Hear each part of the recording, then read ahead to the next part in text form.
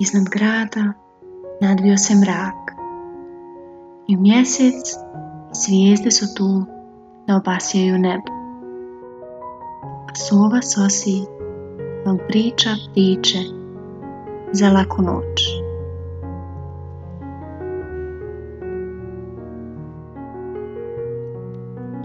Iz duboke čarobne šume svoje priče i pustolovine sa nama dijeli malena sova sosi. Prošle noći pao je prvi snijeg. Lišće sa grana je već opalo. Hladno je, a zima samo što nije stigla. Već mi je bilo krajnje vrijeme da dovršim svoju kućicu i da unesem što više lišća da preko zime bude toplo i ugodno. Dok sam pravila kućicu, začuo se neki zvuk. Bio je to mali grahović. Došao je da iskoristi što je rano jutro i htio je da se prvi sanka niz brijeg u našoj šumi. Bilo ga je lijepo vidjeti, nasmijanog i veselog u toploj jaknici. Zima djeci donosi jako puno radosti. Nakon nekog vremena više nisam čula zvukove sanki. Odletjela sam na obližnje drvo i gledala šta radi mali grahović. Nije mi bilo jasno šta radi sa malim grudvama koje gura po snijegu i pretvara ih u velike snježne lopte. Napravio je prvo jednu, onda otišao malo dalje i počeo opet. Onda je tu novu grudvu stavio na drugu. Ha, da, shvatila sam. Pa on u stvari pravi snježni toranj. Otišao je malo dalje u šumu i našao 2 grančice. Zašto tornju trebaju grane, to mi nije bilo jasno. Stavio je grane na kugle i opet otišao u šumu i donio nekoliko kamenčića. Sada sam već shvatila da to i ne može biti toranj, ali i dalje nisam znala šta je to. Kamenčiće je poredao kao usta i još je 2 stavio za oči. Iz džepa je izvadio mrkvu, djeco, mrkvu, i stavio je na mjesto nosa. Ipak sada mi je bilo jasnije. On pravi nekog malog čovječuljka, smiješnog, ali čovječuljka. Stavio mu je čak i kapu i šal i zaista ispao je jako lijep. Čula sam da ga zove Snješko Bijelić.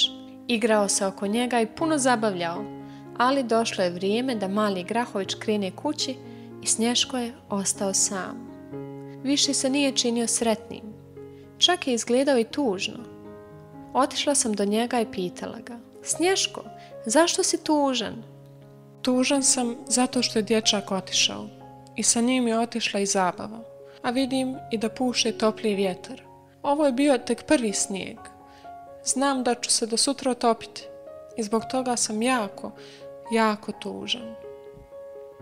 Baš sam se sada zabrinula šta će biti sa Snješkom. Nisam htjela da se istopi, a nisam htjela ni da bude tužan. Pričekaj me tu, nemoj nigdje otići, brzo ću se vratiti sa nekim rješenjem, rekla sam mu. Sjetila sam se zeca. Njegova kuća je odmah na početku šume. Zeko, u šumi je Snješko, moramo mu pomoći. Ako ga ne spasimo, on će se preko noći čitavo topiti. Šta da radimo, Zeko? Draga sovo, ja sam samo mali zec. Skupljam mrkve za zimu. Stvarno ne znam kako bih ti ja mogao pomoći.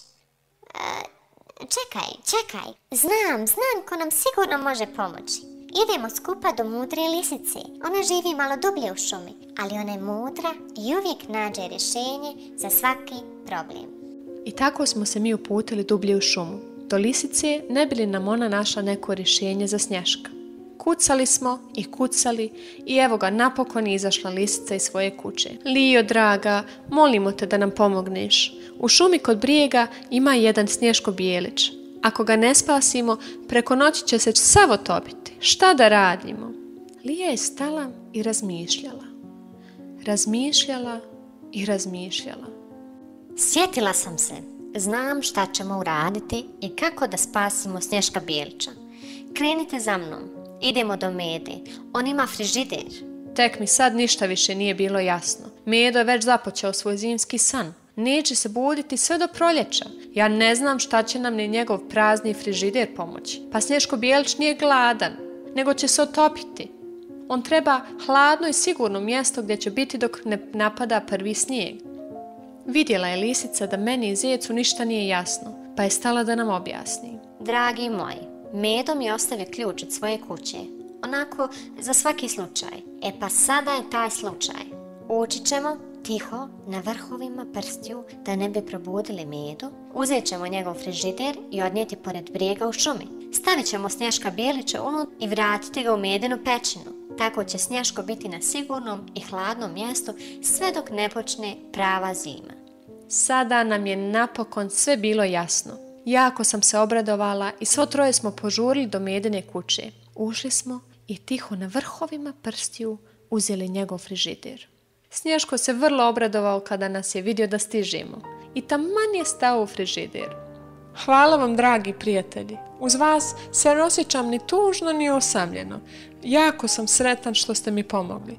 Puno vam hvala, puno vam hvala, govorio je mali Snješko dok smo ga stavljali u frižider. Čekali smo još nekoliko dana dok snijeg nije napadao.